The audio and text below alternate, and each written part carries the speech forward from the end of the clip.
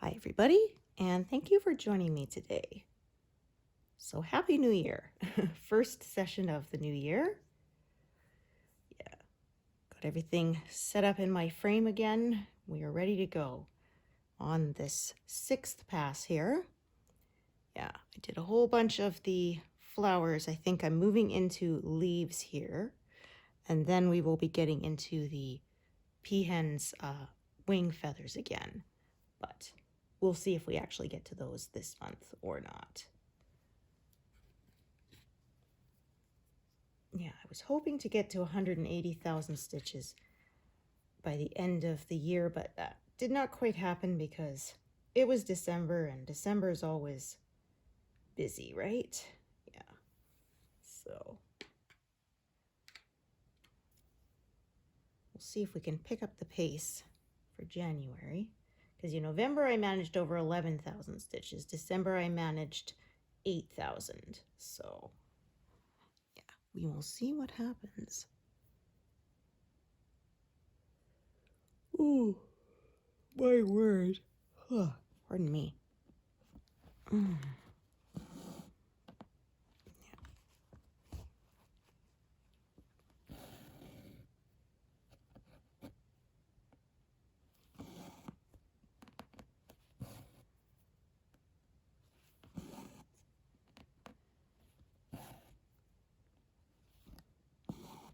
So yeah, my spreadsheet is saying that I might get this done by the end of the year, but we'll see. I'm not making that a goal because I don't want to stress myself out. Yeah.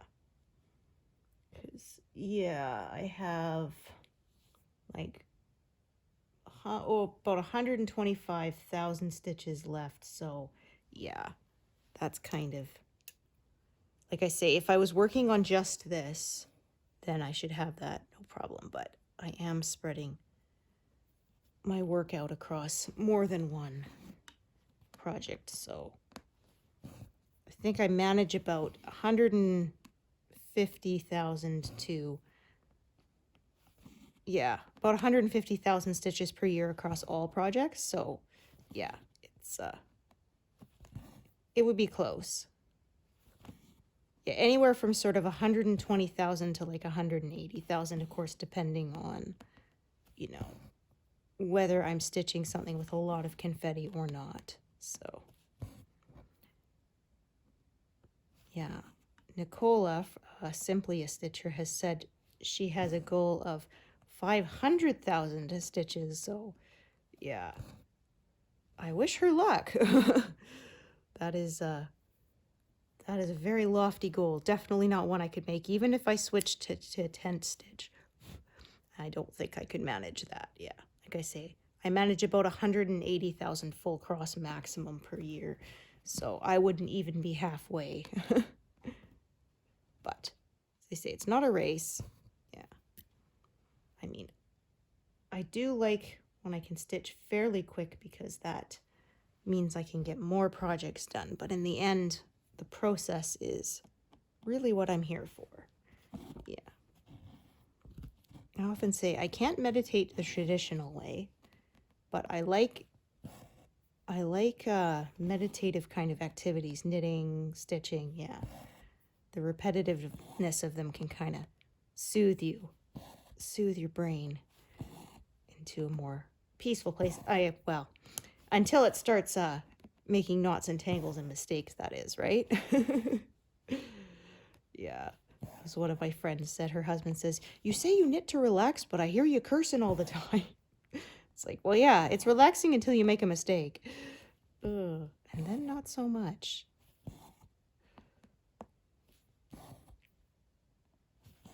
Or there was one was saying the fun of when you like to knit in the round, so it goes into one unbroken circle. The problem is if you twist it around as you're joining it, you end up knitting a Mobius strip. Yeah. And you often don't realize that until you've got a fair ways into it. So yeah, I've only done that once, but it was really frustrating when I did.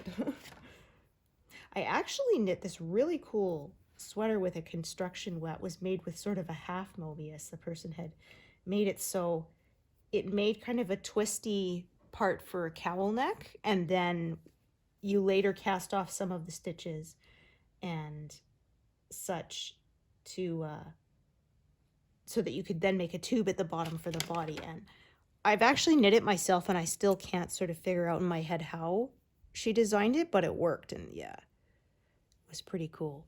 So,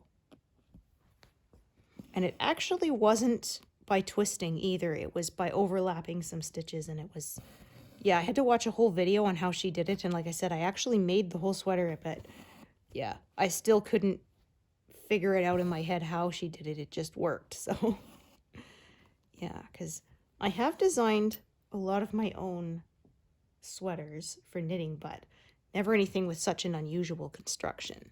Yeah. But yeah, I learned from Barbara Walker's Knitting from the Top Down. And yeah, it's really nice because like you can try on the sweater as you're making it, you know, slide it onto some scrap yarn or some longer circular needles so the stitches don't fall off, and actually put it on and see if it fits as you're knitting it, which is really cool. Yeah. And you don't have to do all raglan sleeves either. She actually showed a way to do it with set-in sleeves, but all in one piece. Yeah, so they look like they've been sewn in, but they actually were not. They were a combination of increases and picking up stitches, and it was just, yeah, it's really cool. That one I understood more because it's still kind of straight down, but yeah. So I've made a few of those. I don't knit as much as I used to. Yeah.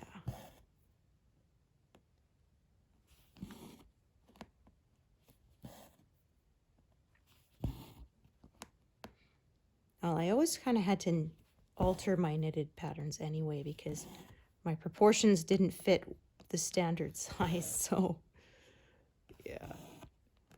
So once you know how to do it, it wasn't that hard to then could make things fit perfectly by changing the waist shaping and all that kind of stuff. So yeah. Ooh.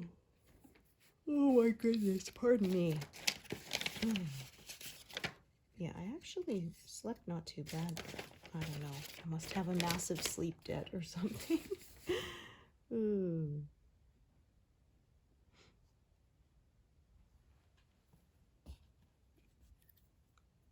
Yeah, so I was all purples, and then I stitched a lot of the top of the fence post, which it looks white on the pattern, but as per usual with this, it's actually mostly very light creams and blues and such, and very light grays rather than white. There is a little bit of white, but actually only maybe about 10% of it is actually white, even if on the mock-up it does kind of look like it would be. Yeah.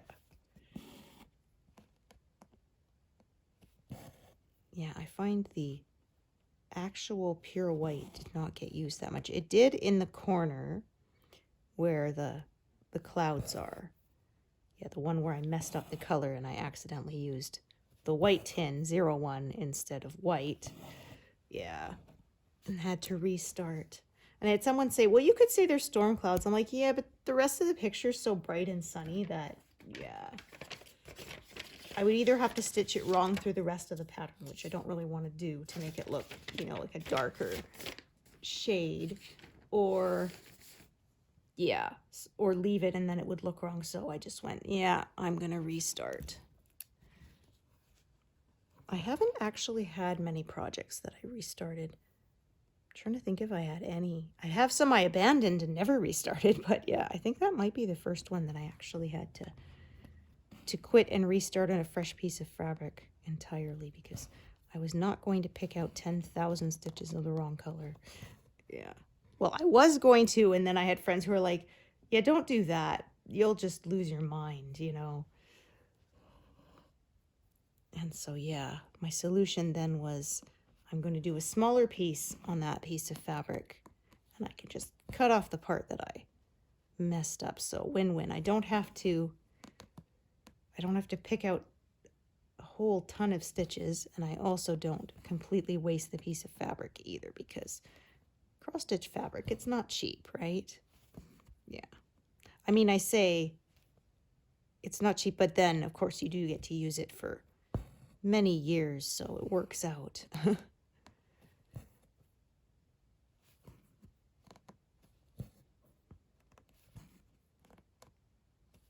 Yeah, because people will say, oh my gosh, you know, I went and did the math for all the supplies for this project. It's like $300. And somebody's like, yeah, but then consider the fact that you might spend 3 years working on it. That's not bad for 3 years of entertainment, right? Yeah. So, I mean, you probably spend just as much, if not more, on, say, streaming or internet or, you know, movies or whatever. So, yeah. And the nice thing is about this, you have something to show for it when you're done. You can hang on your wall and admire for years. Okay, yeah, so this area is, we'll see, it's kind of a combination of some bigger blocks and smaller bits. We'll see what kind of progress I can make today.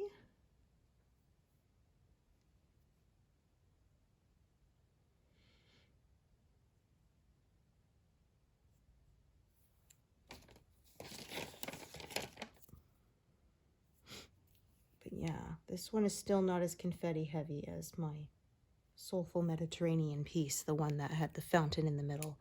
That one was like pretty much unrelenting confetti, yeah. But the end result was worth it, in my opinion, yeah.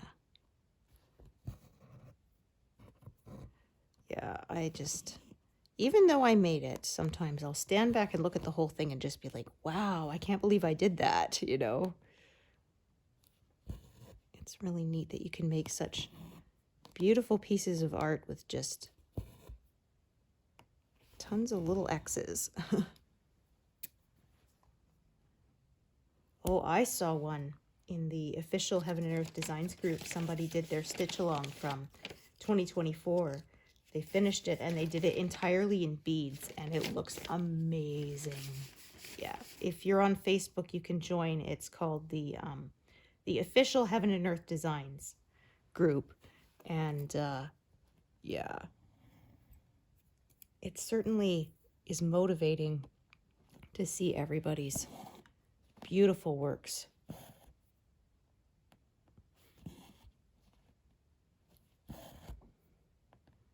Yeah, I had never seen one done in beads before, but it's all shimmery and shiny too, kind of because of the nature of the beads. And yeah, it looks so good. And I'm just like, I admire the dedication. I would not want to be working with fiddly little tons of beads, yeah.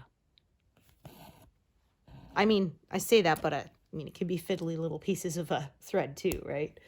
But yeah, I said my clumsy self would spill that everywhere. Oh. Yeah, that's why I don't do the diamond painting, because again, I would spill those little, they call them drills, I would spill those little bits everywhere, yeah. They actually have a special diamond painting group, and yeah, apparently you can make basically any. They follow the DMC colors, I believe, for the drills, yeah. And Heaven and Earth Designs also will sell custom ones that come with the pattern pre-printed on if you don't want to, you know, to work from on a blank one with kind of like stamped cross stitch, right? Yeah.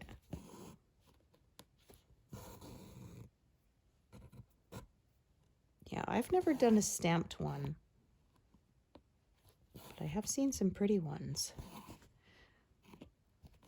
You know, and I'll hear people say, oh, it's cheating instead of counting, but it's like, who really cares, right? No stitching police, as long as people are happy with what they're making, I think. I don't think we should be gatekeepers. I think, yeah, we should celebrate people making their art however they do it.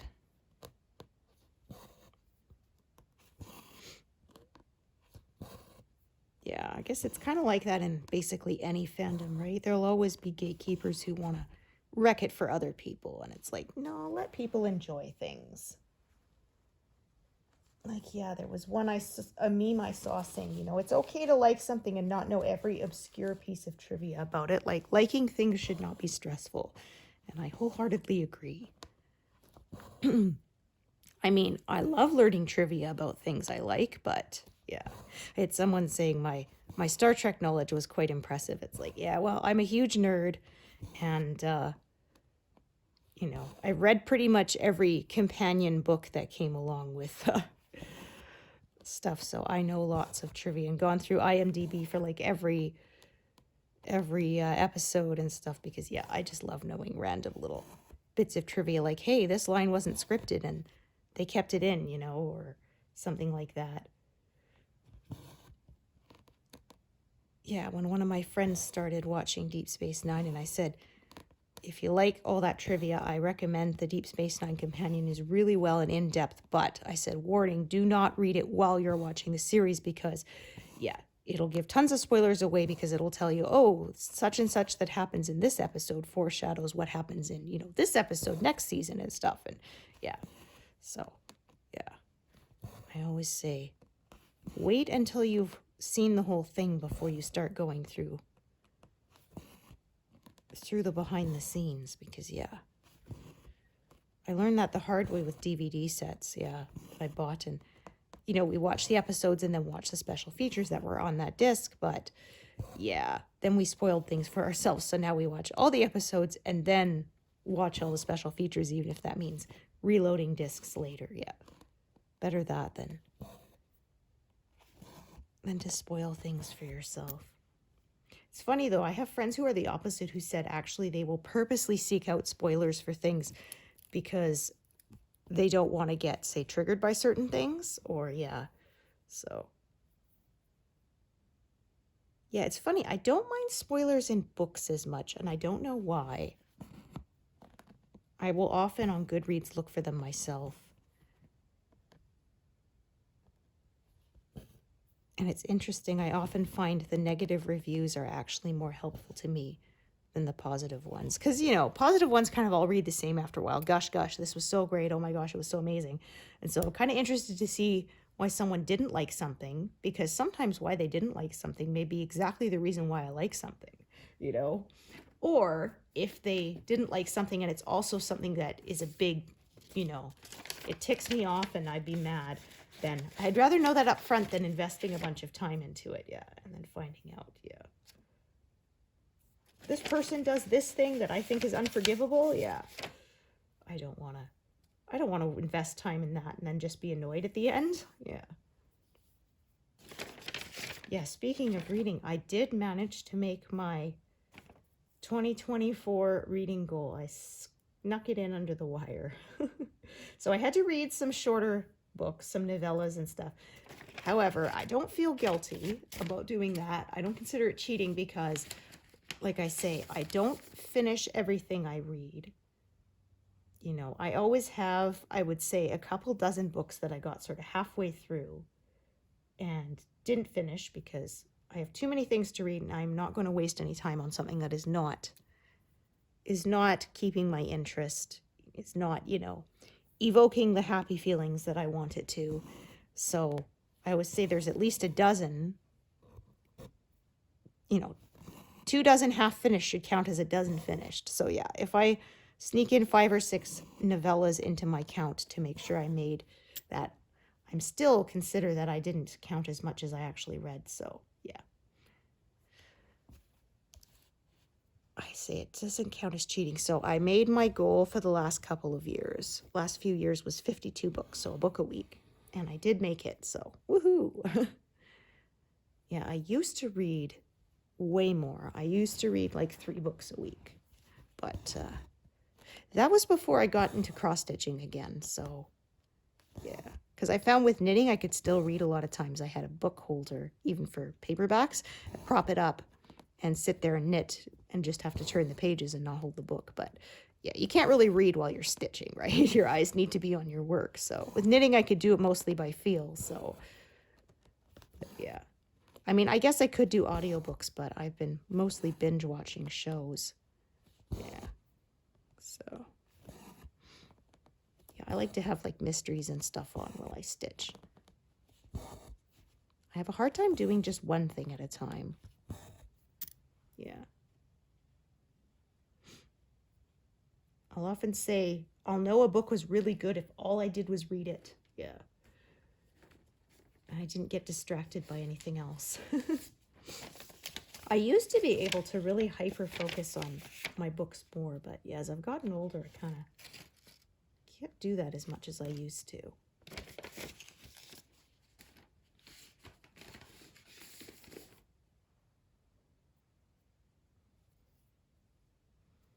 Okay. So yeah, I was kind of considering, should I set my goal for 2025 a little lower, like 48 books, which would be 4 per month, which, you know, is a little less than 1 per week since, you know, months are like 30 days instead of 28 and stuff. But I'm going to stick with it at 52. I would say if I don't make it, no problem, but yeah. I'm almost never ahead. It'll always say either you're on track or you're X number of books behind or you're ahead. But yeah, I rarely hit the you're ahead part. Or I might early in the year, but then, yeah, by about spring, I start to fall behind. And by December, I scramble a little. Yeah, I had one year I read 175, although I will say that good 20% of those was probably novellas, but still, it was a lot. Yeah. I think I went through maybe 3 or 4 paper books. I just don't really read paper as much as I used to. I used to, before ebooks, I would literally carry a novel with me everywhere. Yeah, sometimes when I carried a big purse, I would carry a backup little book too, just in case the one I was reading, I finished it or decided not to finish it for whatever reason. Yeah. But yeah, now, you know, with my phone, I've got access to thousands of books, or my e-reader, same thing. So, yeah. Yeah, I will read on my phone if I'm like at a, you know, waiting room somewhere, but I prefer to read for long on my Kindle because it's the paperweight and the screen is easier on the eyes. I was a little skeptical when they said that it mimics the look of paper, but when I first got it, I caught myself actually trying to like pick the paper off the screen because I thought there was like a paper like cover on the screen until I realized, oh, that is the screen. Wow, it does look like paper. So, yeah. I think I'll do these as well. Yeah. Rather than adding another thread.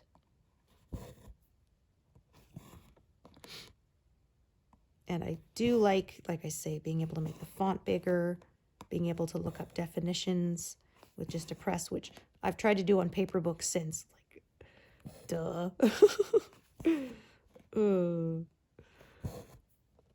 Like people say they tried to zoom in and then realized this is a piece of paper. That's not a thing, you know.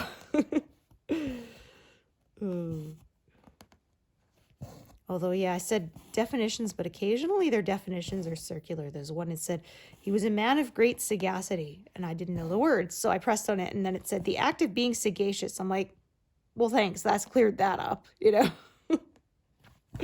Like, if I don't know what sagacity means, I don't know what the root word is. If you said, you know, yeah, if you said a word that I would have guessed, if I knew the root word, I would have guessed what, you know,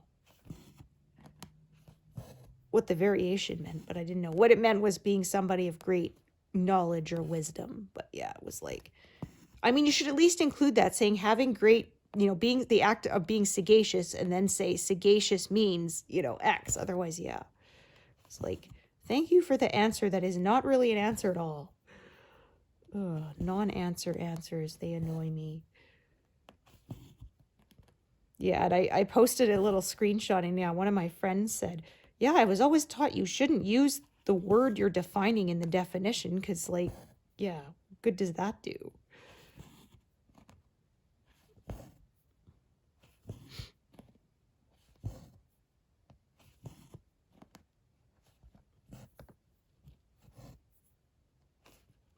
Yeah, it's like, what is truth? Truth is the act of being true. Well, thanks, but that doesn't actually mean anything. Like, that is correct, but it doesn't actually explain a darn thing, right? Yeah.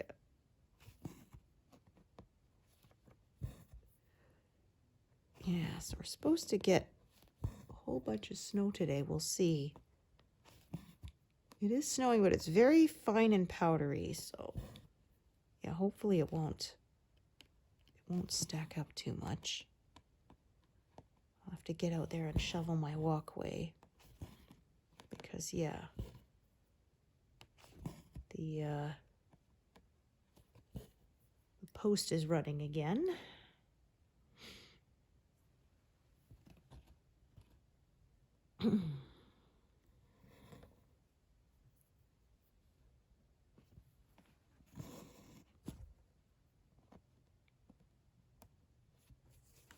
Yeah, after that big strike that lasted almost a month.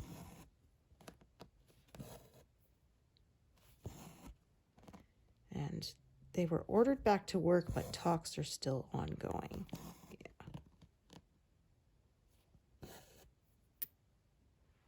At least they are at the time of this filming, so.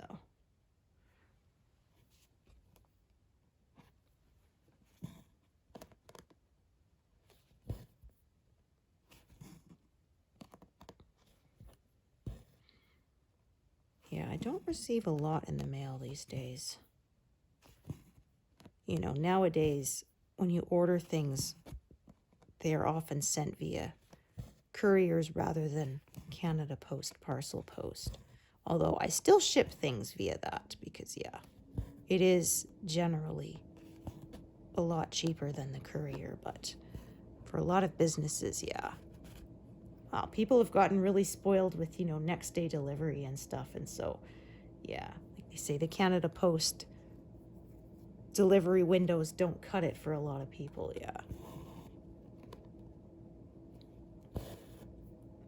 Okay. This is still within an inch, so I am going to park it here. 2, 3, 4, 5.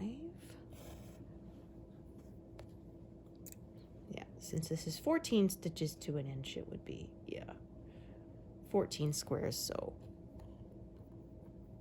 this was less than 10, so. Yeah, that is all I'm going to get from that strand. Yeah, so people were having a discussion thing, like how far will you carry? And somebody said 5 squares on 25 count. And I thought they meant like little squares. I thought, oh, wow, they're really dedicated. And then they went, oh, no, 5 big squares. So 50 stitches, like, oh. But if you're 25 stitches to an inch, then that's 2 inches. So it's more than I carry, but, you know. Yeah. I often say it's their project. If they want to carry it further, that's totally up to them.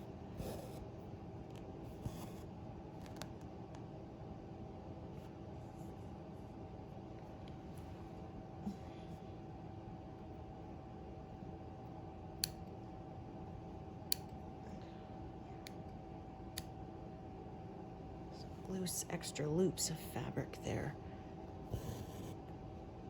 fraying past the stitching there. I zigzag stitch around my fabric, and it will only fray up to a certain point. And yeah, those were kind of hanging off the edge on the far side. Oh dear, my goodness, knocking things around.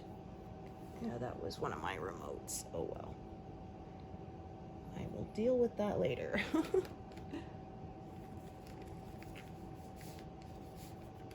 Me and my waving my arms around.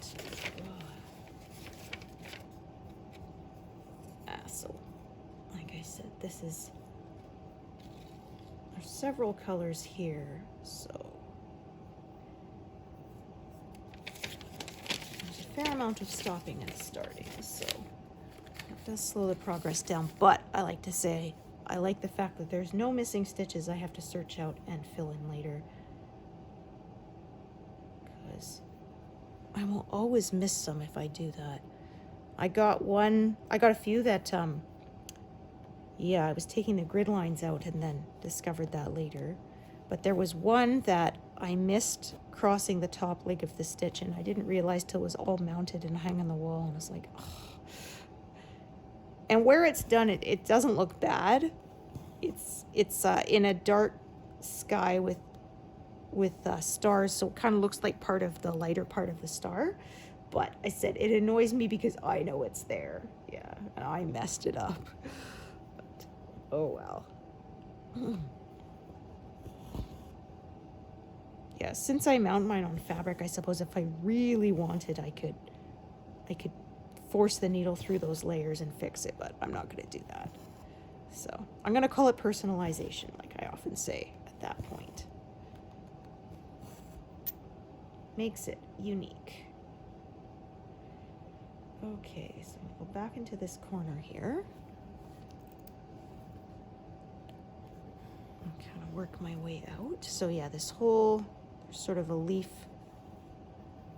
and another leaf coming in there. So I'm just sort of filling in, following that color for now.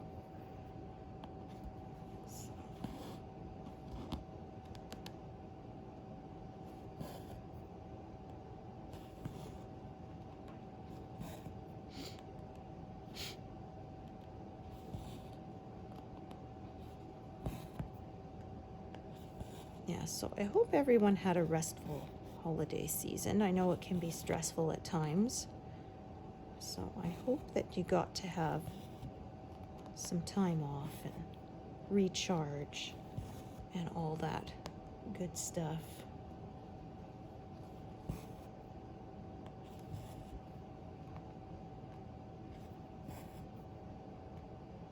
Do one more since it's still connected.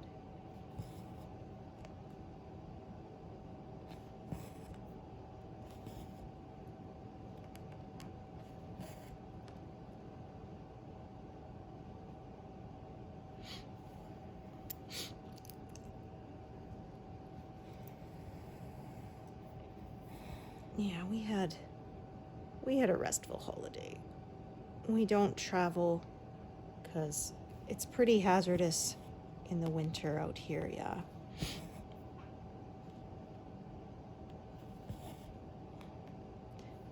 There's always people out there who like to drive as if there's no ice on the road when there is. Yeah, so. Yeah, I guess no matter what, there's going to be some stitches kind of. Okay. Carry a little bit here.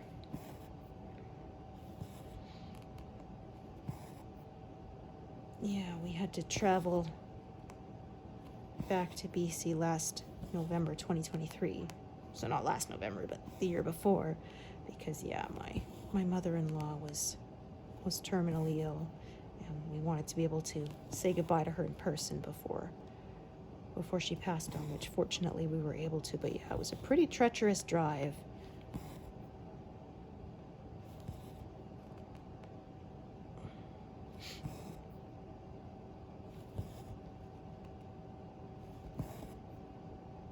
Yeah, because we end up going through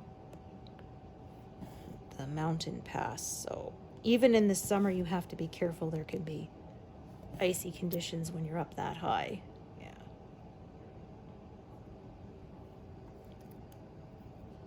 It was funny. We bought our son this from one of those little, machines where you put like a coin in and you turn it and you get a prize. We got him this little duck that it was soft plastic, and when you squeezed it, his eyes pop out.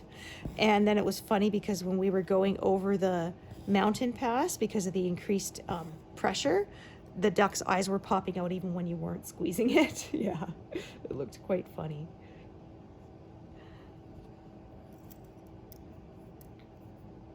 I called that the Ooga duck because it was like the classic cartoons, right? When they see a pretty girl, boing, the eyes pop out, yeah, and makes that Ooga sound. So yeah, so again, I'm gonna cut this off right around here where I can see some navy coming in.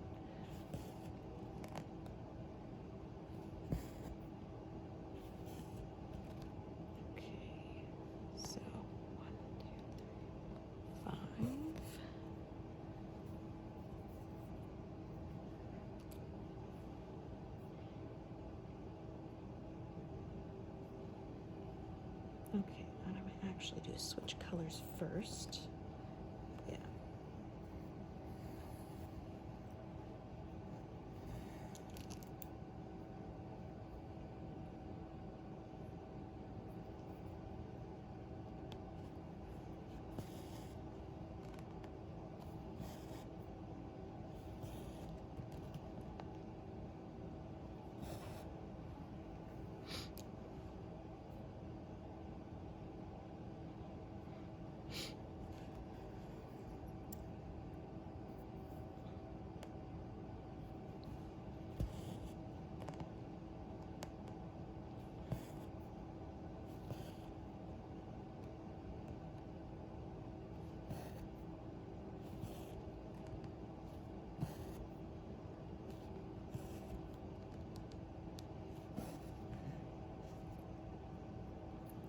Okay.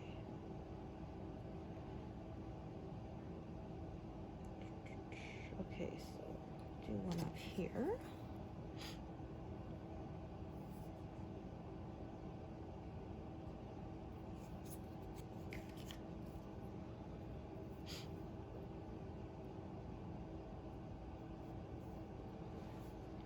Yeah, so I can see now that's a leaf there, and then there's another leaf, and yeah, this part of the pattern is fairly detailed, so we'll see how far I get.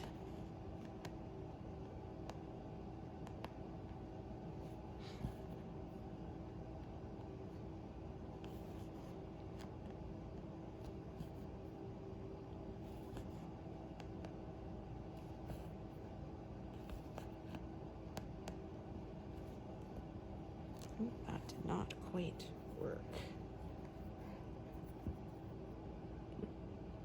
Yeah, so to be finished by the end of the year, I'd have to do more than 12,000 per month on this project. So yeah, some months I get that and some I don't. So I'm gonna say my estimate is going to be in the spring of 2026 is probably when this will be done. And if it gets done sooner than that, then bonus. But yeah, it's gonna be my estimate, but as I say, not a goal because I don't want to be stressed out. So 37.99.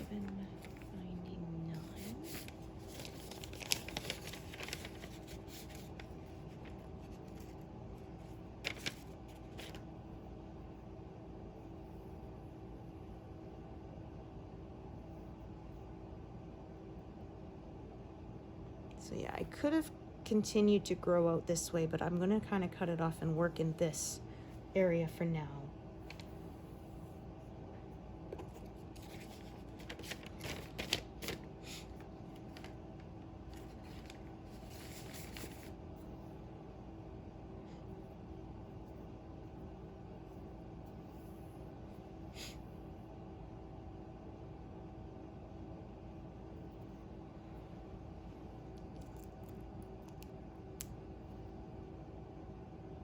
Yeah, I'm gonna loop this one around like this.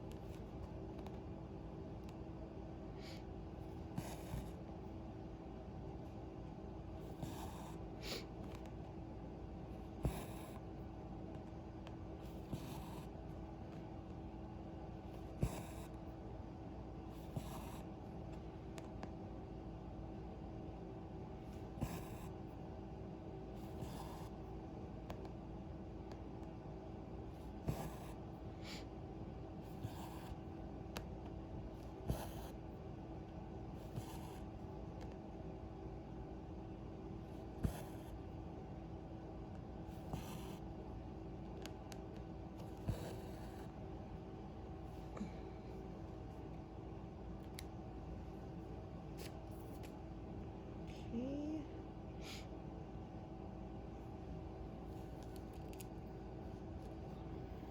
So yeah, as long as it's connected on one side to a previously completed stitch, I will stitch it. But if it's not, then I wait and do it later until I've grown the stitching out towards that part. Yeah. So that's sort of, my method evolved over time.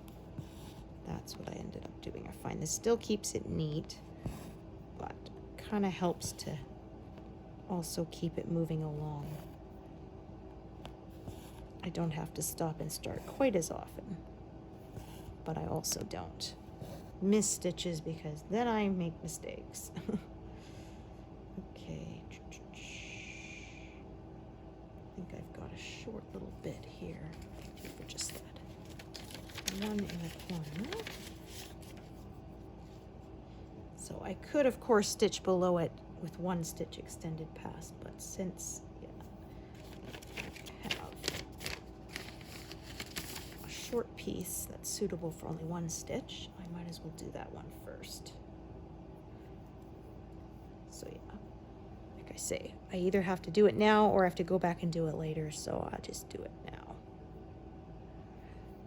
That way I won't forget to do it at all.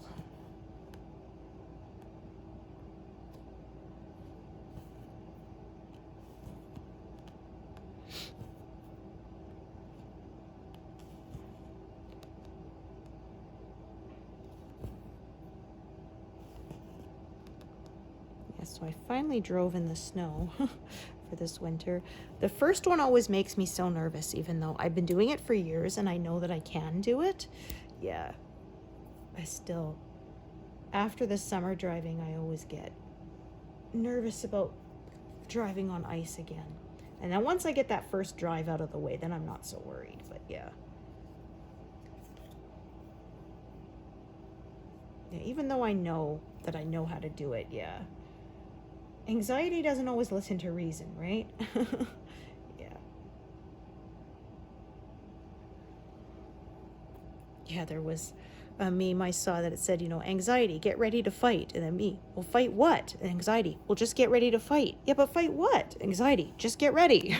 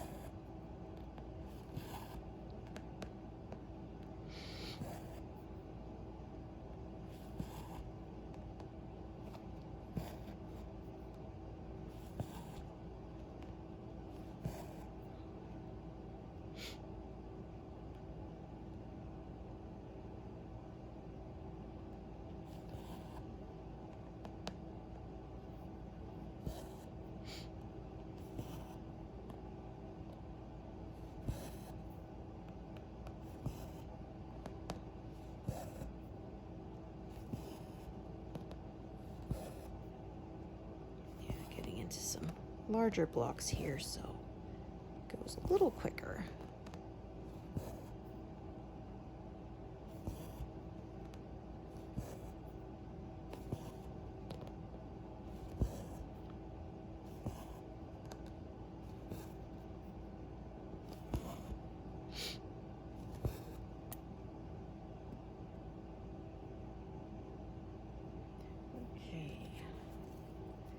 Still a whole ton of this color, over 13,000 stitches of navy. Yeah, this was one you couldn't buy on a cone from DMC, which I was really surprised because 939 is a really common color. Yeah. Yeah, you could buy like 310 black and 3799, which I bought those two. 3371, which is also another dark color you could buy. I believe you could buy white. Yeah, but like I said, 939 was not, and I was surprised. It's like, I don't know if I've ever stitched a project that didn't have 939 in it. It'd have to be a one that's fairly pale and pastel. But yeah, even though if you look at this whole piece, it's quite bright. Yeah, it does have darker areas for shading, which is where those darker colors come in. Yeah, in fact, my Legend of Zelda piece, the background, it looks like stained glass, so the background was actually supposed to be all 939, but when I saw that I couldn't buy a cone of 939, I then changed it so that all of that background is black instead, 310, because that I could get on a cone. Yeah. Because, yeah, when it's like 150,000 stitches of one color, might as well buy a cone at that point, because that is a lot of skeins, yeah.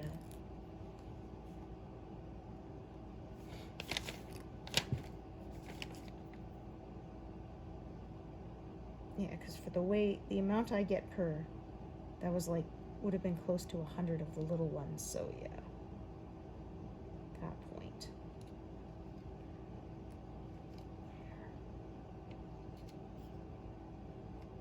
Okay, thread trying to tie itself in a knot. Thankfully, it hadn't quite tightened up yet, and I was able to use 2 needles to kind of pull it apart. Yeah. Trying to pick that with my nails would have been very aggravating. So, yeah, I stuck 2 needles in, and then just pulled apart the strands, and that worked great.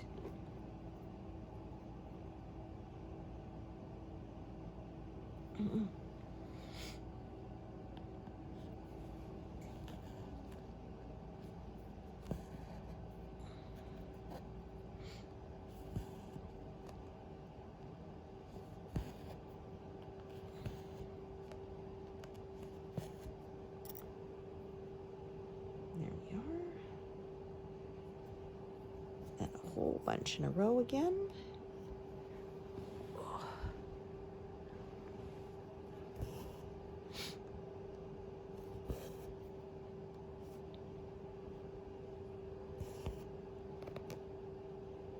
Actually, I'll do these 2 as well.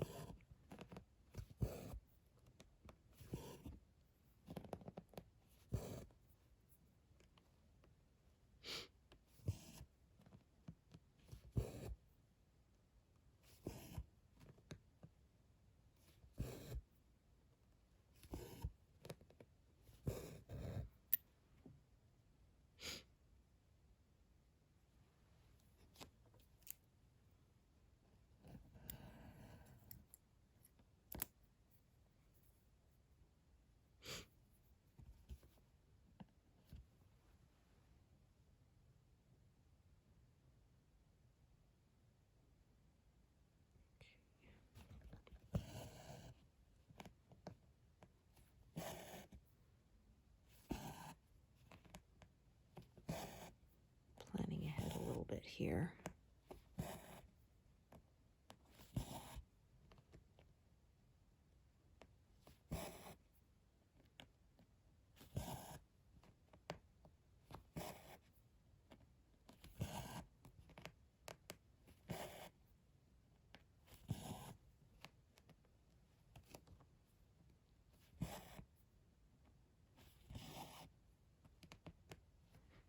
Guess we'll do those two as well while I'm at it.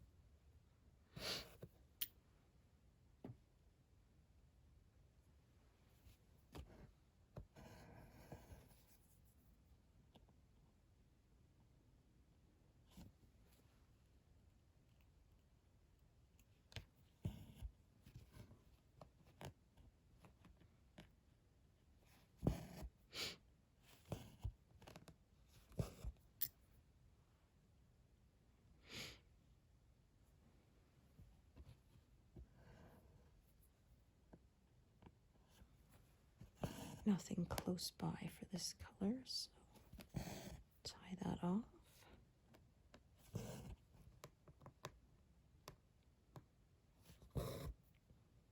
Yeah, all the purples from previously are getting phased out now as we move into the leaves out of the flowers.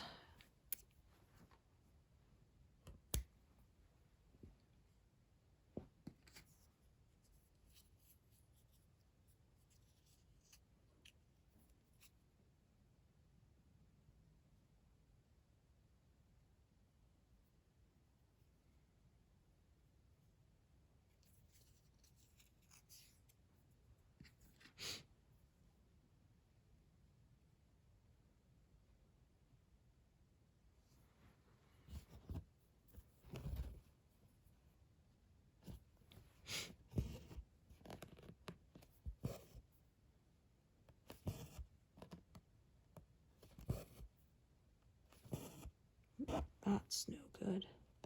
That was between the proper spots there.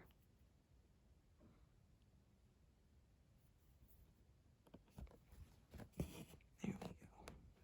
Actually, I'll do this one as well since it will still be connected.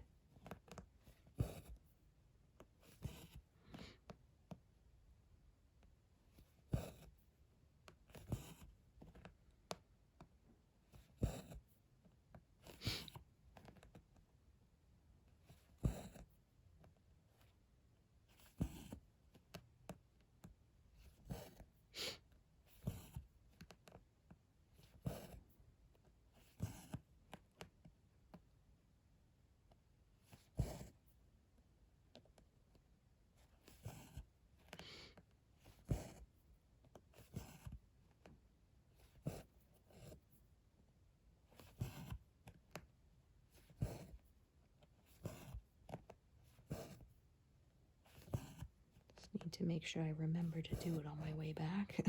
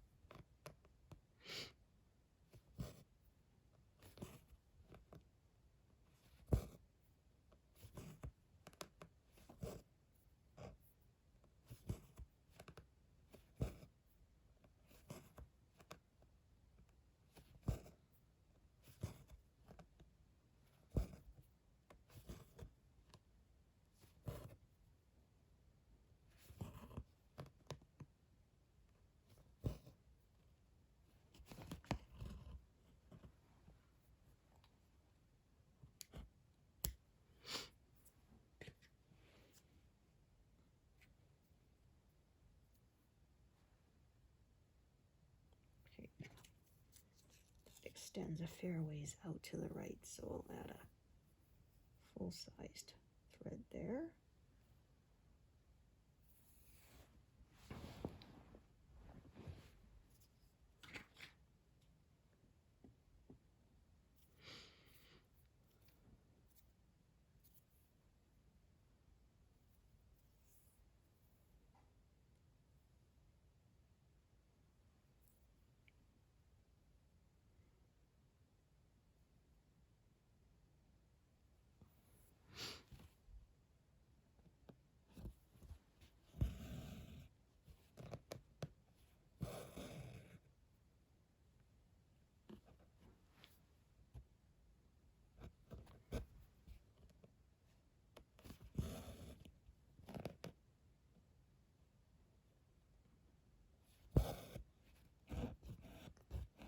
Oh man.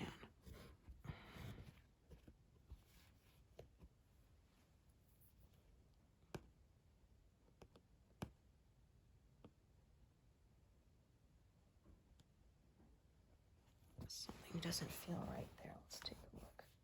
Oh, it's okay. All right. Just making sure. Do not want to keep stitching if there's a big old snarl on the back.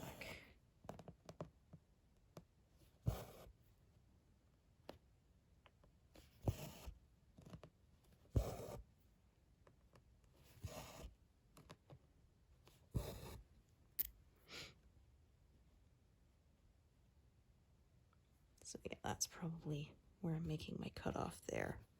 So I might just take all of these that have needles on and just set them all aside, because I will be not stitching with them until later.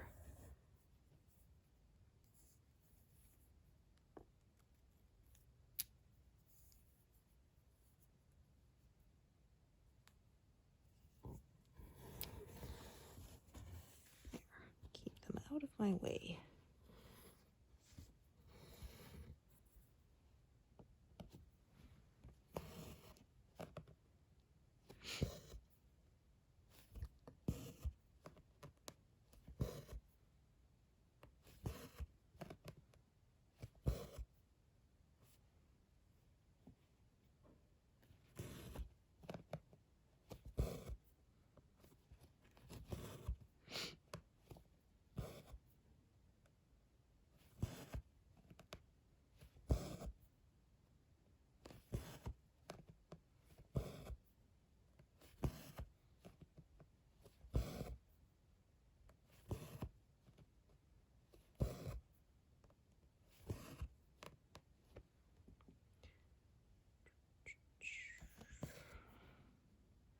Yes. Why don't I stitch to 200, and then that will be where I take a break.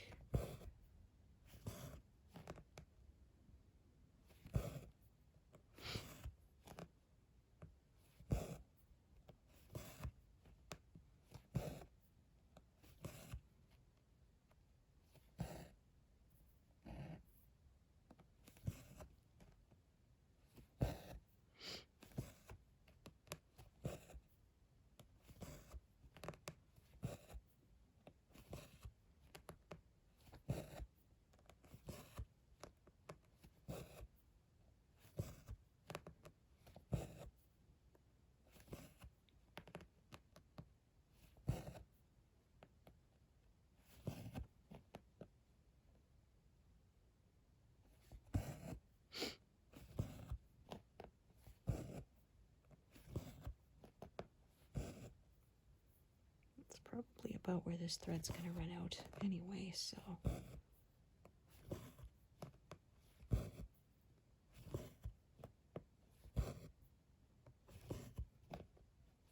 Oh, I think I can still. Oop. That was wrong. Yep. I am off today. There we go. Just by a teeny bit, but enough that it could have looked wonky. $1.99. Okay. In that case, I'll stitch a few more because I said I was going to go to 200 or past, so.